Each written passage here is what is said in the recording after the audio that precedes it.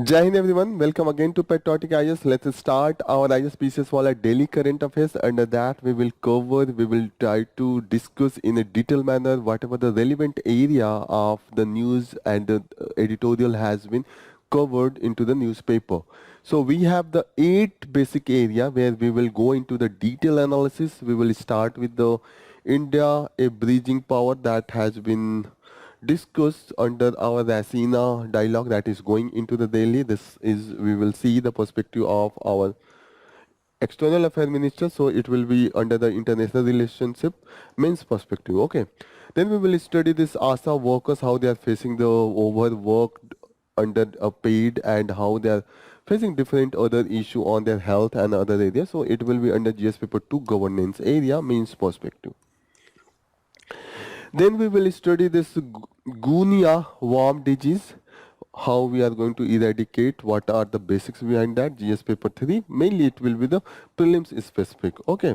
Then we will study the government must keep regulatory involvement in the space sector. We saw that liberalization of the space sector. So we will study this space sector in a more detailed manner. So it will be prelims as well as mains specific. Okay.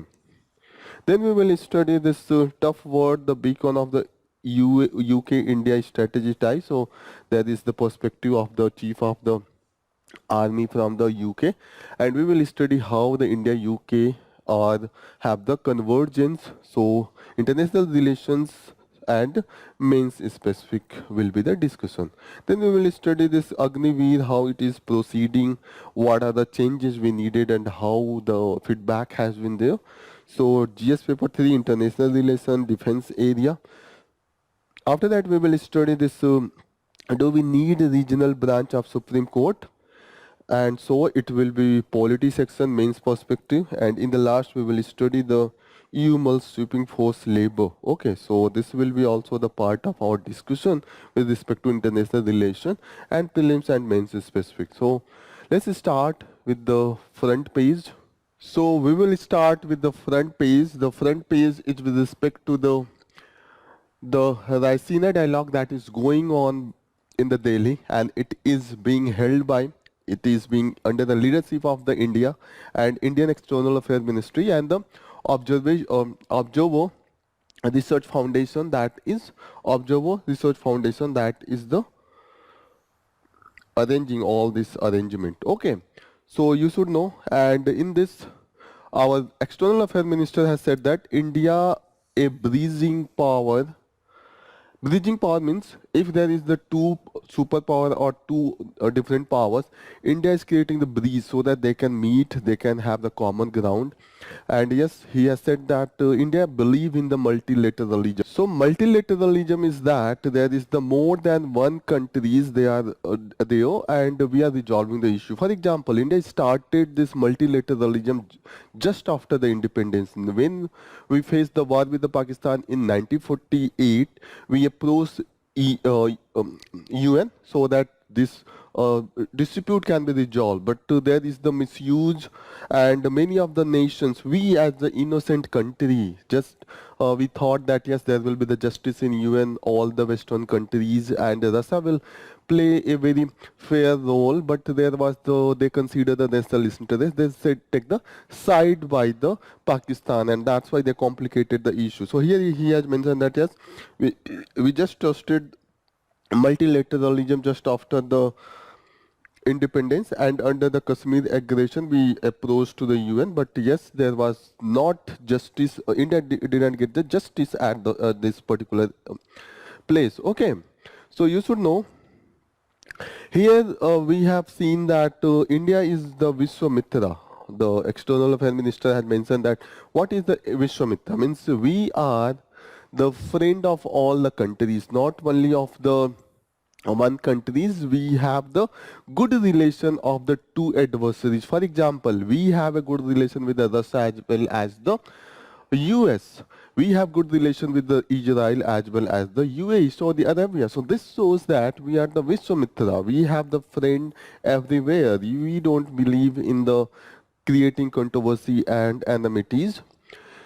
There is this paragraph talking about the what is the view of the Africa. The Tanzanian foreign minister has said that though this Africa is south of south, means it is the even the more backward, more vulnerable within the vulnerable countries, backward countries. For example, in the SC/ST list, we are talking about that there should be the subcategorization. Africa is talking about the yes, the south. For example, developed world are considered at the west, like the Europe and Canada, US, Australia.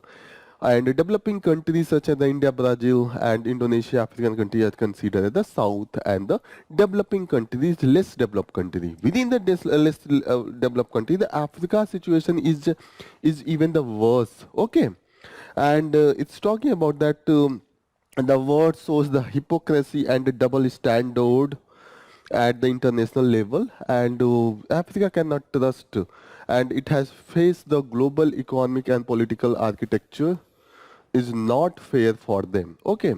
Besides that, our external affairs minister has mentioned that UN, that is 70-year-old now, 75-year-old, more than that. At that particular time, just UN has the 50 members. Now we have the near about 194 member, and still you have not changed the rule. You have not changed as per the changing situation, changing dynamics of the world. So those power who were dominating at the 1945, they are still dominating, but the power equation, the responsibility across the world has changed, so it should be changed. So it was a common sense proposition that you could not continue with the same way when you have the 4 times member.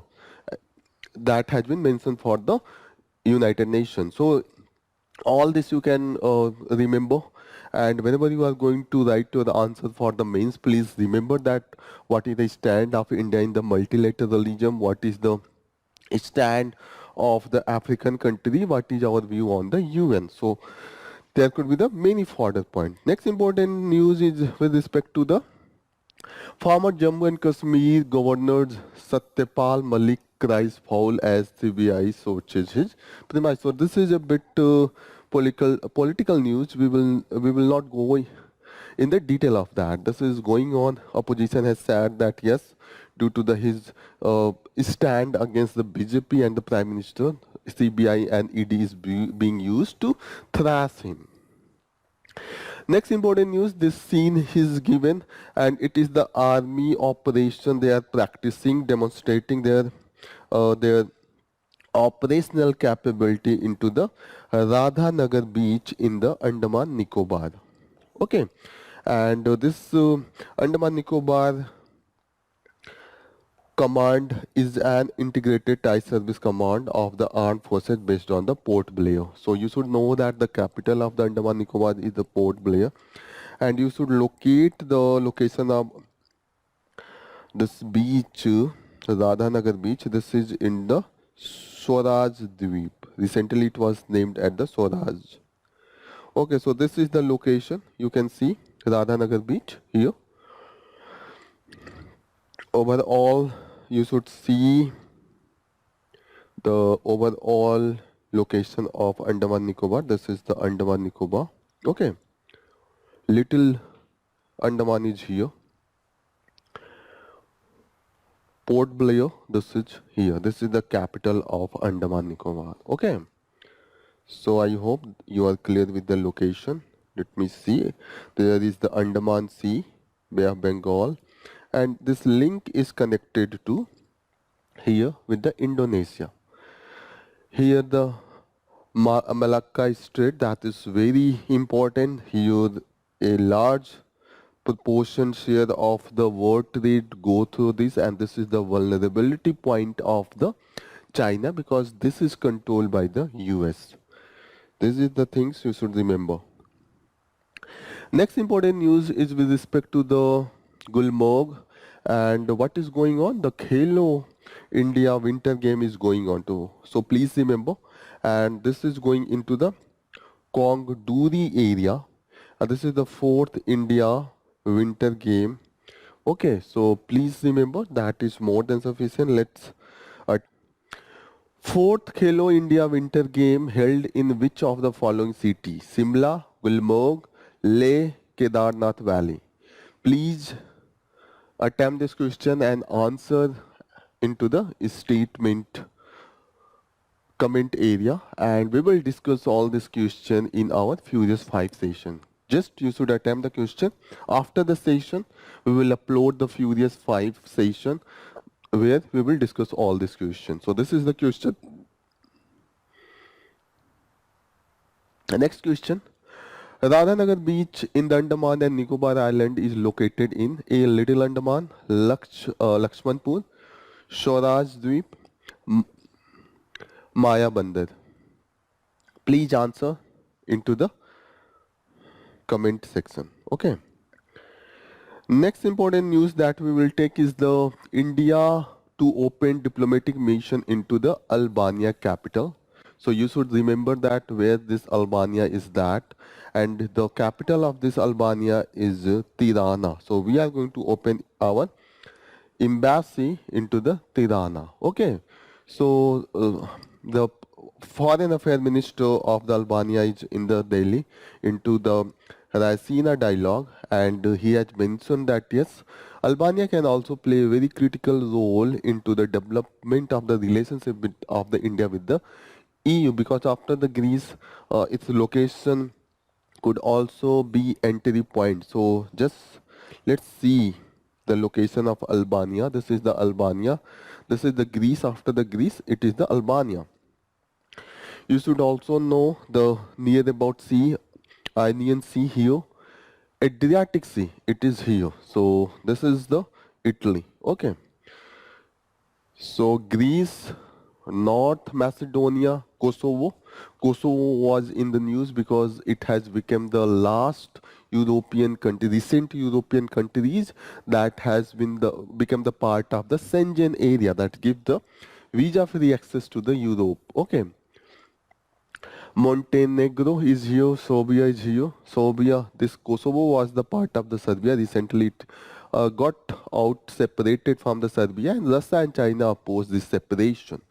So this is all about for this. You can see with the distance and Indian, how could it be the, what we want to make, we want to make a India Middle East Europe economic corridor that will pass through India, and it will come to where?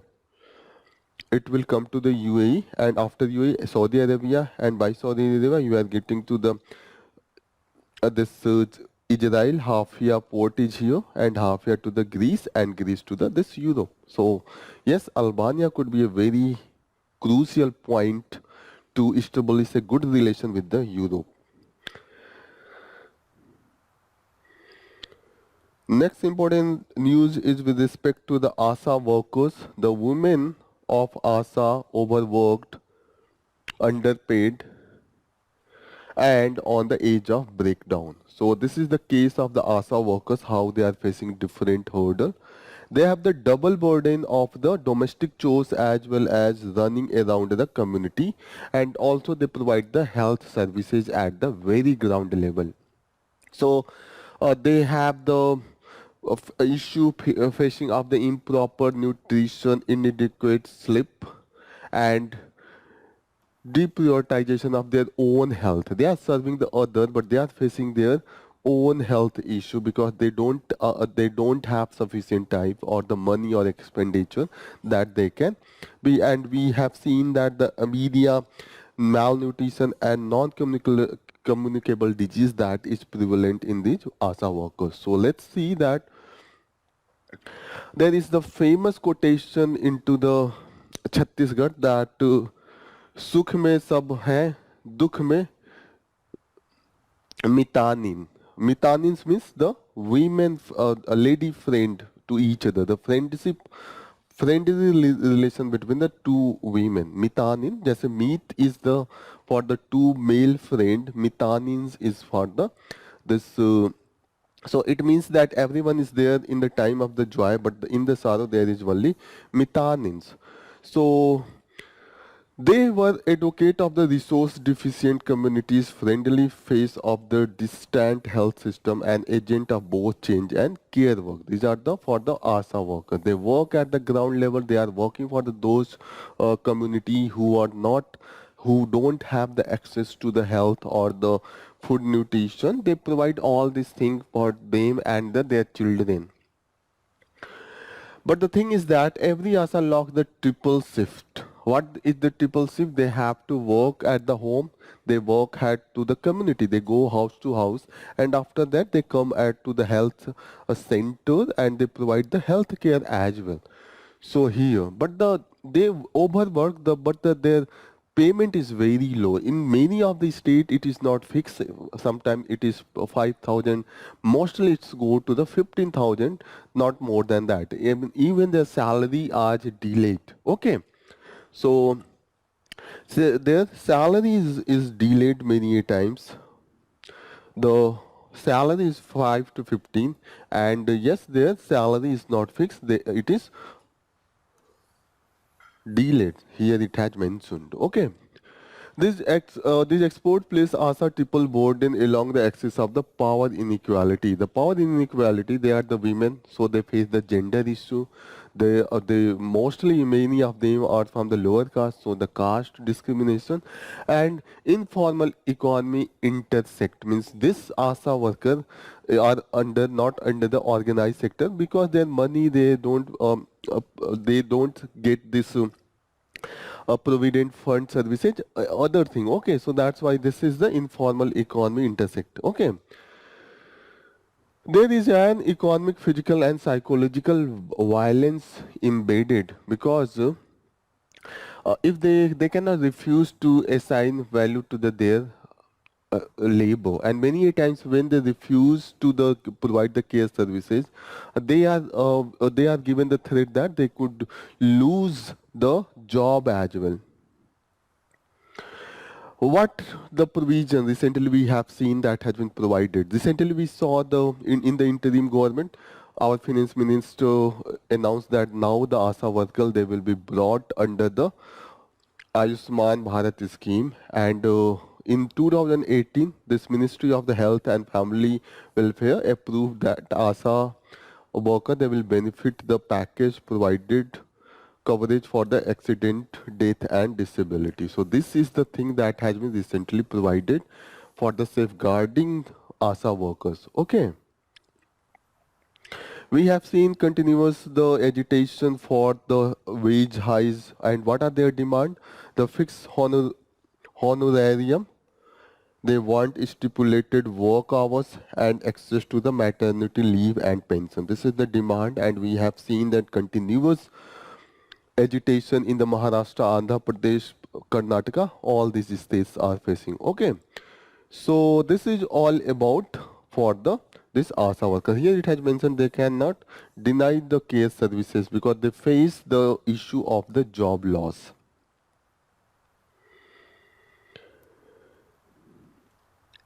Next important news that we will take with this Gunia worm disease, and this is due to the contamination of the water. So you can see the process there is the copepods.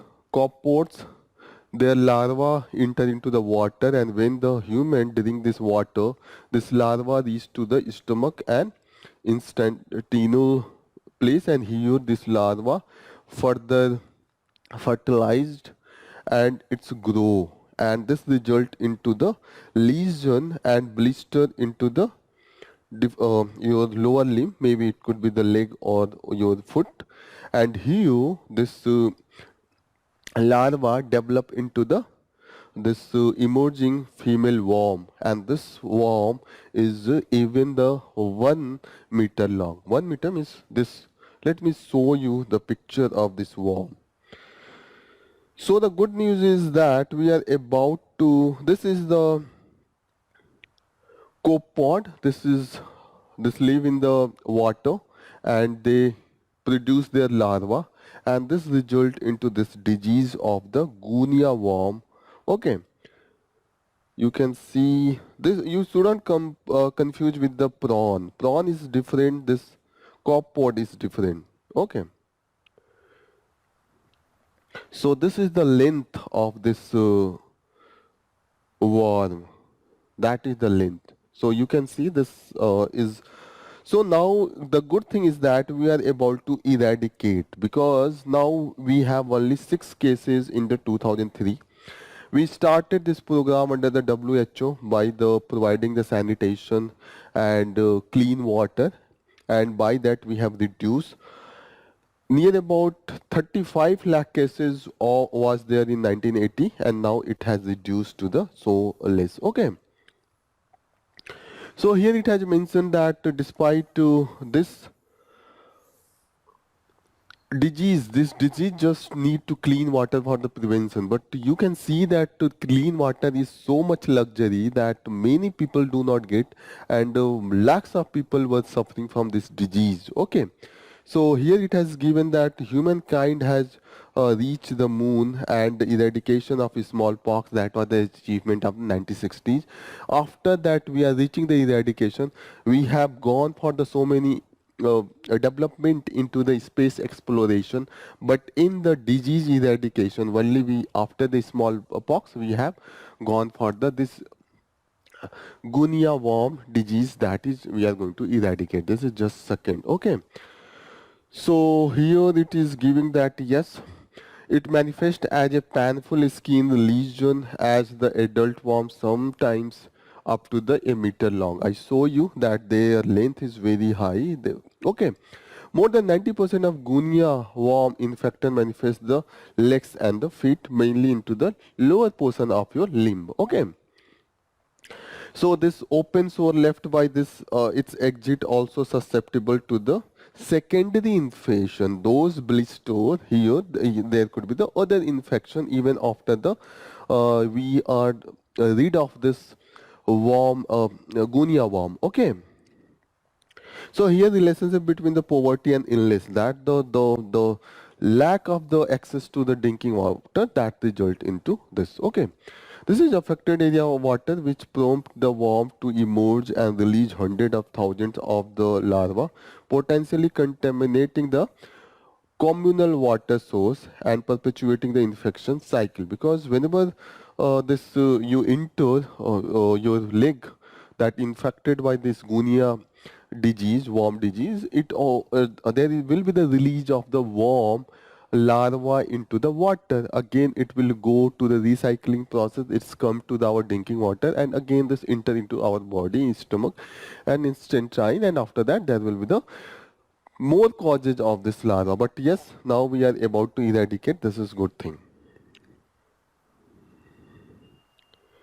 Next important news that we'll take from the editorial news. The first editorial article is this: in a tough word, the beacon of UK-India strategies ties. So this is talking about the India-UK relation, how we are growing, what is the importance of India's into the strategic policy of the UK. So it has started with the, this paragraph is talking about the what is the importance of the this maritime and this route too, because India and UK, despite being the distant place, but it is connected through the sea route, and that's why this become very important for the different trade and cooperation between two. Okay, so our reliance on the maritime, this is very important, and now we are seeing that the underwater cables have also become the important, and that's why the safety freedom of these maritime route is very important. Okay, so here it is talking about, but this maritime area is not safe. We have seen the conflict into the Black Sea. It is into the context of the Ukraine-Russia war. Red Sea, recently we saw that Houthi attacks on the different merchant ships. Okay, and South China Sea, the aggression of the China. So it is here it has mentioned that the sea route has become the very much they are the threatened by the different power and state and non-state actors. Here it has mentioned the Operation Prosperity Guardian, that is the initiative under leadership of the US, and it was in the context of the Houthis attack into the Red Sea. So India is not part of this Operation Prosperity Guardian. Please remember that in the prelims they can ask. Okay, and this is in the Red Sea and the Gulf of Aden region. Okay. Beside that, here it has mentioned that how the UK is playing its role into the Russia-Ukraine conflict. Ukraine is being supported by the UK. Here it has mentioned that how much military and the financial assistance it has provided. This is not of our use. This is nothing to do with the India-UK relation, or this is the separate UK and Russian relation. Okay. But in this paragraph, it has mentioned that yes, you can know that the shift of the power center is going to be into the Pacific and Indo-Asian Pacific region. Here, Indo-Asia and Pacific region, and that's why the focus of UK is being shifted to this area. Here, it has mentioned that what are the action it has taken to promote this and promote the relationship with India. This is very important. You should know that the UK has sent the carrier strike group, and it is consistently increasing, and it's supporting the India. Okay, so this started into the 2021, and there is the chance that carrier strike group will be deployed again to the region in 2025 as well. Literal strike group, this is also entered into the Indo-Asia Pacific. This is the special naval army, and yes,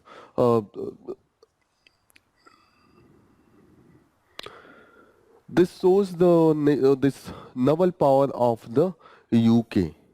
Here in the last, it has given the concluding point that history has shown that isolationism is not good for the world, and there is always need for the cooperation within the allies and those who have the like-minded. And UK is very much fortunate that it is getting the support from the India, and so this is vice versa. Okay, so this is all about whenever the India-UK relation comes, you can mention these two things. The first, literal strike group, that is in the Indian Ocean and supporting the India. Carrier strike group. Okay, so this you should know. Next important news, this article. It is the conditioning of the Agniveer that merits attention. Okay, so it is about the recently started Agnipath scheme, and under Agnipath we are selecting recruiting Agniveers as the army personnel. Now we know that this is the fixed duration of the 4 years, and after that 25% will be retained and 75% have to be leave the service. So here is the chances that it could be increased to the 50%. What is needed? We already have recruited one batch of this Agniveer, so we need to feedback on the ground of intelligence, physical standard. Okay, so what is the condition of this motivation level of these Agniveers? Those who have worked and they have received the training. Okay, here it has mentioned that what makes this army personnel to fight the war in a very effective manner. The most important thing is that the atmosphere around them, like we see that only a good dressing room atmosphere can ensure the player's performance well during the game. Same is the condition with the army personnel. If they have the motivation, like the motivation of the army till now is on the name of the Naam, Namak and Nisan. This is the unit Ijjat. There is a famous dialogue in a movie, Gulal. Let's watch a clip for 1 minute. Regimental honour से बड़ा और कुछ नहीं। सैनिकों की party पुष्ट आज भी वहां मौजूद है, और सैनिक अगर राजपूत भाई से पूछते हैं तो किसके लिए बनेगा? राजपूत कहते हैं अपने पलटन। पलटन किस? राजपूताना। राजपूताना किसका? और ये भारत क्या करेगा तुम्हारा?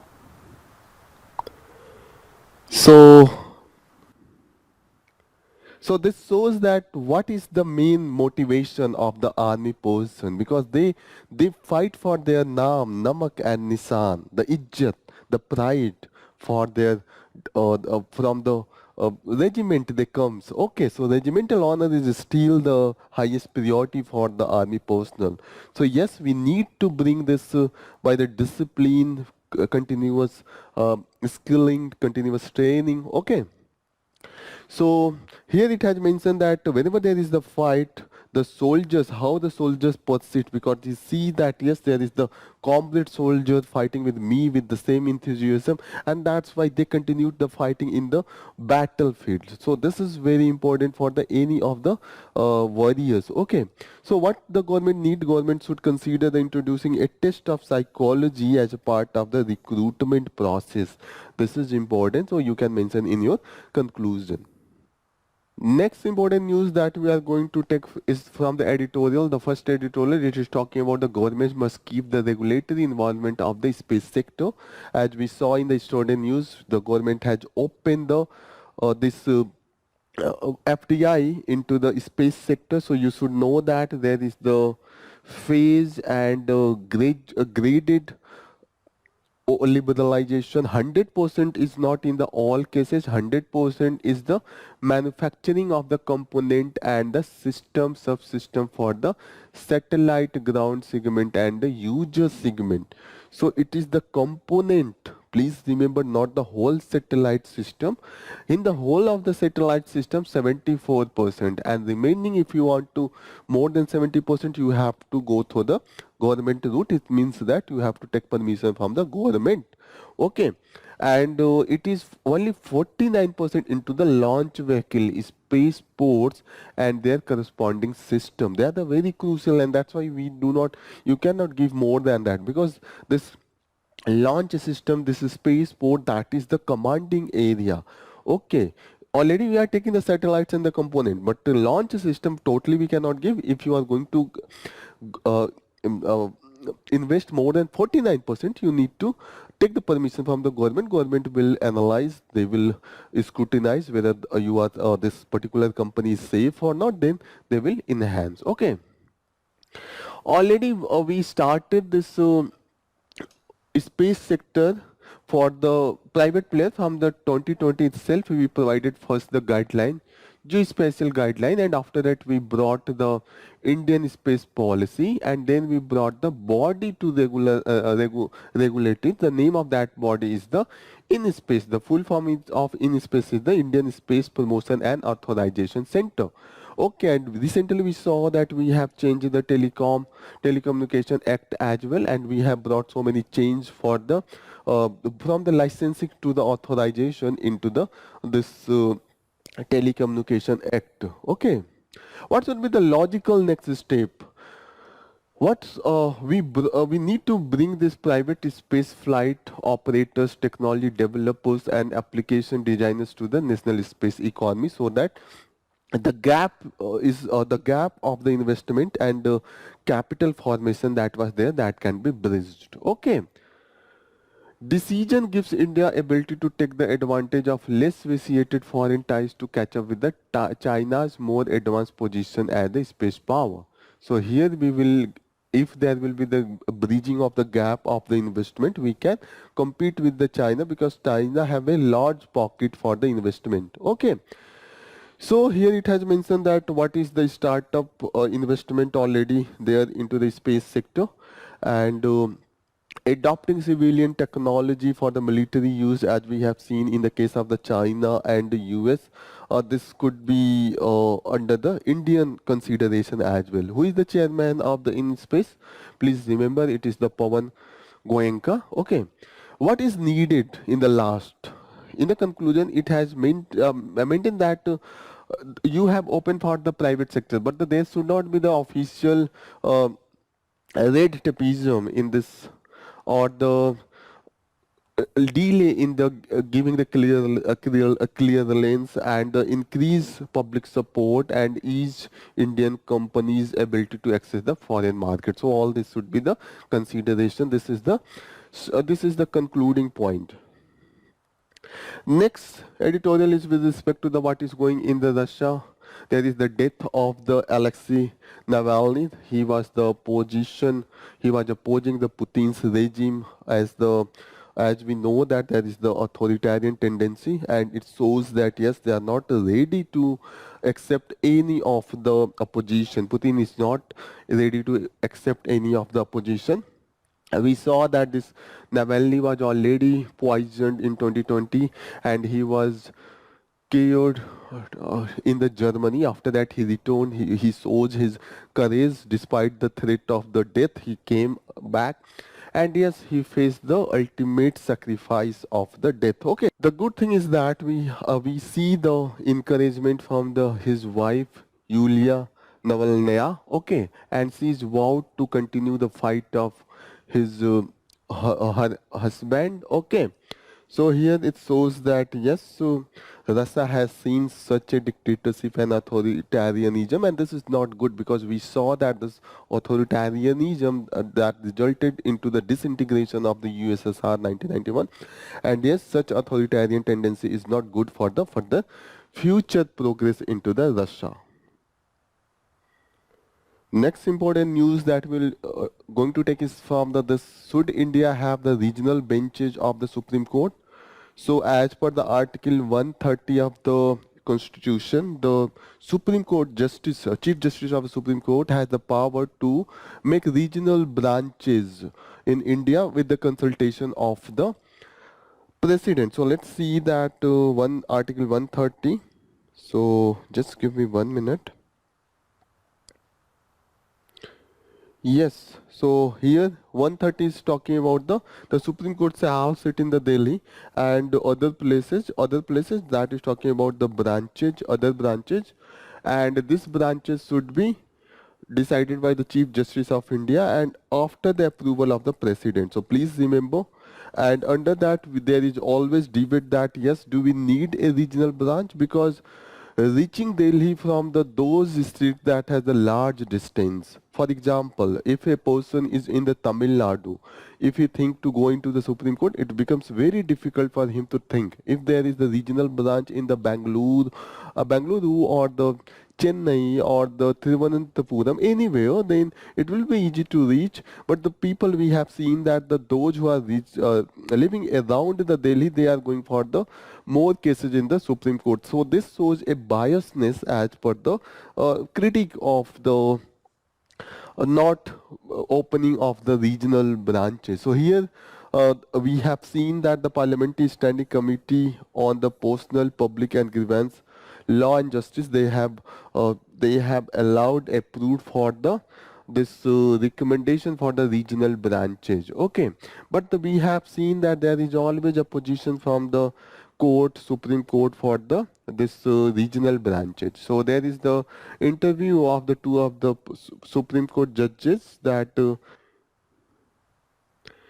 yes, so this interview is based on the view of the two of the expert from the judiciary. One is from the advocate and other is the former judge, Chief Justice of the Allahabad Court. Okay. So the first question is that what is your view on this regional branches? So Justice Govind Mathur started that previously when I was in the judiciary, I was opposed to that for the regional branches. But as when I saw the people's view that yes, there is need for the more and more regional branches so that there could be the more accessibility who are living in the distant area. For example, if the person from the Arunachal Pradesh approaching here into the Delhi is very difficult, but approaching into the Guwahati will be easy for them. Okay. So he is of the view that yes, branches should be there. It become the practically impossible for people living in the state far away from the Delhi to agitate their causes. And yes, now we have seen that a lot of state intervention into the rights and other area of the people, and that's why access is important. Here the lawyer advocate has the different view. He thinks that the people living near the Delhi is not it is due to their accessibility closer to that. This is also due to the frivolous cases that is not serious in their substance. They are being because they are the close to the Delhi, and if they are scrutinized and rejected, so this will be reduced. Okay. Then there is the question that about the hybrid hearing mode. Hybrid hearing means you are on the laptop, you are in the virtual mode onto the different platforms such as the Google Meet or the Zoom, all this where hearing could be taken place. So the view of this lawyer is that one is considering that yes, it is good, but it is good into the administrative area and court management and the handling the case flow, but not for the judicial adjudication, because if there is the physical presence into the court, if there are lawyers and judge and the litigants sitting there, so it's reduce the chances of the biasness of the judge. Here it has also mentioned that many of the tribunal like the Central Administrative Tribunal, National Consumer Dispute Redressal Commission of India, they don't have even the virtual hearing facility till now, and many of the judges, they do not prefer this virtual mode, they prefer the physical hearing. So here he is suggesting that yes, we can start with this virtual mode at the preliminary and admission hearing, but the final hearing should be in the physical presence. Okay. Next question is with respect to the what about the Supreme Court can be divided into the two area. One is for the constitutional cases and other for the non-constitutional cases. So yes, here it has given that yes, this is possible, and we have seen such example into the France as well. There are the two here it is the France, and there is the two branch. One is the separate court of appeal and other is the court for the cassation. The cassation will, this branch will hear the non-constitutional matters. Okay. Here again, this the Chief Justice of Allahabad, his view is that if we cannot resolve this issue by the separate division, we can resolve only by the establishing the regional branch, because if there will be the regional branch, number of judges will increase, number of the lawyers will increase, and that's why it will be the speedy delivery of the justice. Otherwise, it has given that yes, there is lot of pending despite there is the increase into the disposal of the cases, but it depend upon the who is the Chief Justice. But if you will increase the regional branches, in the normal tendency, the delivery of the justice will be more speedy. Okay. Next thing, that is the question is about the opponents or that regional bench is likely to contribute to the growing body of conflicting precedent resulting into the increased litigation. Means if there will be the regional branch, they will have the some other view. The main branch will have the other view. There will be the more litigant from the regional. They will come to the main branch, and the number of the cases, the pending cases, will increase. So here as per the view that yes, this is not normal case that due to the regional branches it will increase, because yes, there is the chances that due to the technology is spread, these judges keep updated with the recent change, and there is the uniformity into their decision. Okay, so it is not case that it will increase the number of the cases. Okay.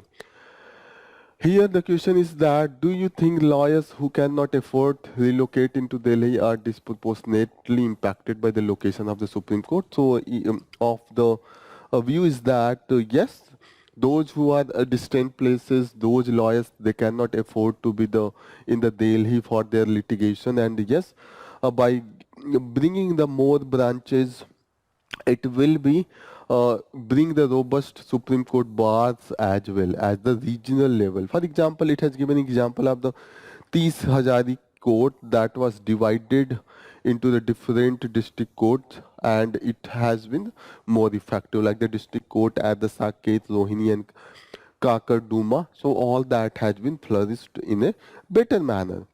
Further, it is talking about the most of the cases in the Supreme Court is due to the special leave petition. Special leave petition is the special power of the Supreme Court to take the cases if they consider that yes, this deserve to be taken without going through the appellate form. Okay.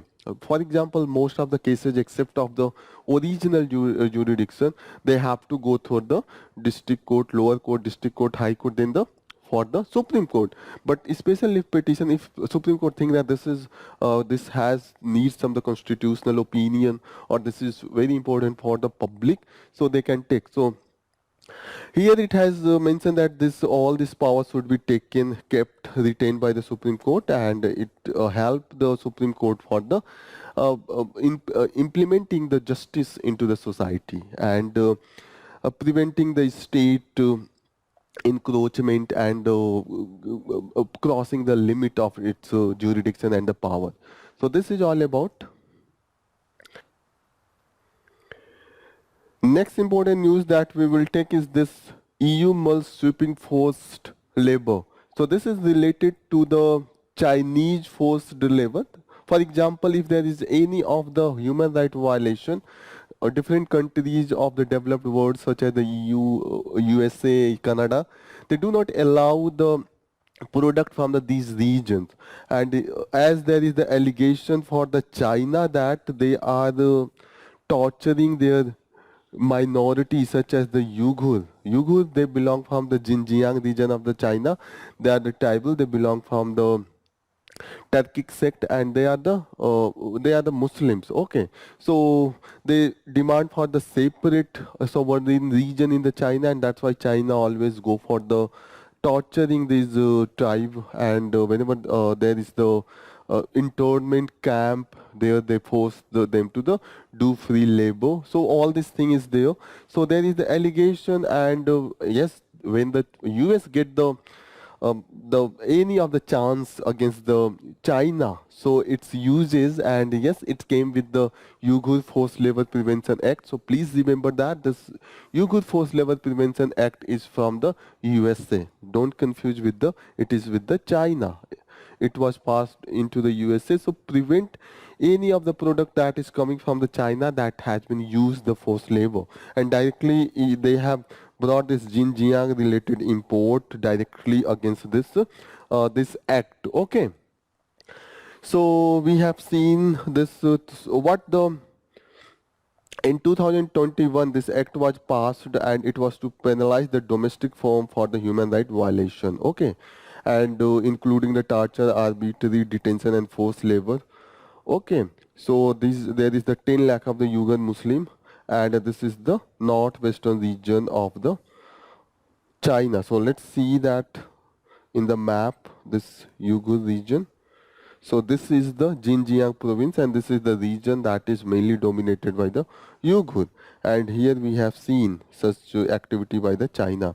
We have seen such act by the US in the context of the Congo as well. We saw that there was the mining of the gold, and this Dodd-Frank Act was brought to restrict the import of gold from this area, because there was the use of the children into the mining of this gold. Okay, so what the China says, China initially denied that it has any such camp. After that, when it was become that yes, there are the camp, there was the proof. So they said that this is not the camp for the internment, but or the torture. This is just for to create employment and combat religious and separatist extremism in the Uyghur Muslim province. Means they are training, they are providing the employment opportunity. Okay, and if they were not able to control that, they further what they did, they shifted the camp into the other regions. So this was the policy of the China. Okay, so there is the this type of the rule is also in the EU, but EU is not very specific to the Xinjiang region, as we have seen in the case of the USA. Okay. Besides that, this US very specific to the country focus ban. This is also many times go against to the World Trade Organization rules that you cannot discriminate for the explicitly a particular region. So this EU rule is a broad based. So you should remember this Uyghur Forced Labor Prevention Act. Okay. The last news that we will take is with respect to the this Interpol notice being politically exploited. So what type of the notice? There is the two type of the notice. The first type of notice is the blue corner notice. This is also known as the inquiry notice, and this is for the sharing of the crucial crime related information among the member states. There is also the red corner notice, that is for the arrest. This is blue corner for the sharing the information, red corner is for the arrest. Okay, So many a times this initially it was thought that this will for the cooperation of the uh, cooperation among the countries so that they can tackle the crime, but the many of the state misuse that. They misuse this law to prevent any of the dissent of these countries. For example, we saw this from the Russia and China. 38% of this red notice was from the Russian side. Whenever anyone is opposing the government or establishment in the Russia or the China, they go for the this red notice, and by that Interpol decided that they will scrutinize. Yes, there is the link of the crime of that person only. They will go for the red notice. They will allow red notice. Otherwise, it will not. Okay, we have seen such misuse in the Iran, Turkey, China, Tunisia. That whenever there is the authoritarian government, if any citizen is opposing, they brought the red notice if they are into the. In the India case also, we saw that against the Nirav Modi, we applied for the red corner notice, but it was allowed, it was accepted by the Interpol. But after that, when we again asked for them to for this red corner notice for the Gurpatwant Singh Pannu, then it was rejected by the Interpol. Okay, so you should know Interpol, it was established in the 1934 and it has the 194 members. Okay, so it is the information sharing network to enable national police force to combat the transnational crime. So please remember. Let's see some of the question. Question number 3. Consider following statement with regard to the Mahamastak Visek. Okay, it refers to the Visek of the Jain image when held on the large scale. It is an important Jain festival held once in the 12 years. So please answer only one, two only, both 1 and 2, neither 1 nor 2. Please answer. Please write into the comment box as well. Next question. Recently, Indian government announced for the opening of the representation in Tirana. Tirana is the capital of Greece, Kosovo, Albania, Bulgaria. Please answer. Answer your into the comment box section. Next question. Consider the following seas: Ionian Sea, Tyrrhenian Sea, Adriatic Sea, Aegean Sea. How many of the above sea make maritime boundary with the Italy? Only 1, only 2, only 3, all the 4. So what is the correct answer? Please give your answer into the comment box. We will discuss all this into our Furious 5 session. Next question. Operation Prosperity Guardian, recently seen in the news, is a United States-led military operation by a multinational coalition formed to respond to the Houthi-led attack on the shipping in Red Sea. It is humanitarian assistance initiative started under the United Nations in the context of the earthquake in the Turkey, Syria. It is a France-led multilateral coalition formed to support the nations to achieve goal under the SDGs, Sustainable Development Goals. United States led military operations by a multinational coalition formed to respond Chinese aggression to Taiwan. So please answer. Next question. With reference to the liberalization of space sector in India, government opened the door 1 to 100% foreign direct investment in the manufacturing sector or manufacturing of the components and the systems of for satellite ground segment and user segment. Up to 74% in satellite based manufacturing operation and data products. 3 up to 49% in the launch vehicle, spaceport and their corresponding system. How many of the above are correct? Only 1, only 2, all the 3, none. Please answer. Next question. Which of the following countries passed Uyghur Forced Labor Prevention Act? China, Taiwan, Japan, United States of America, USA. Please answer. Next question. Blue corner. This is question number 9, not 8. It is 9. Okay. So this is 9. Blue corner notice, also known as the inquiry notice, recently seen in the news, is associated with International Crime Police Organization, International Union of Conservation of Nature (IUCN), Convention on International Trade in Endangered Species of Wild Fauna and Flora, CITES, Financial Action Task Force (FATF). What will be the correct answer? Please answer. We will discuss all these questions, all these in our previous 5 questions. So here we have covered most of the area for the 2 days newspaper and the current affairs. We will conclude our session here. So thank you for joining the session. All the best. Jai Hind.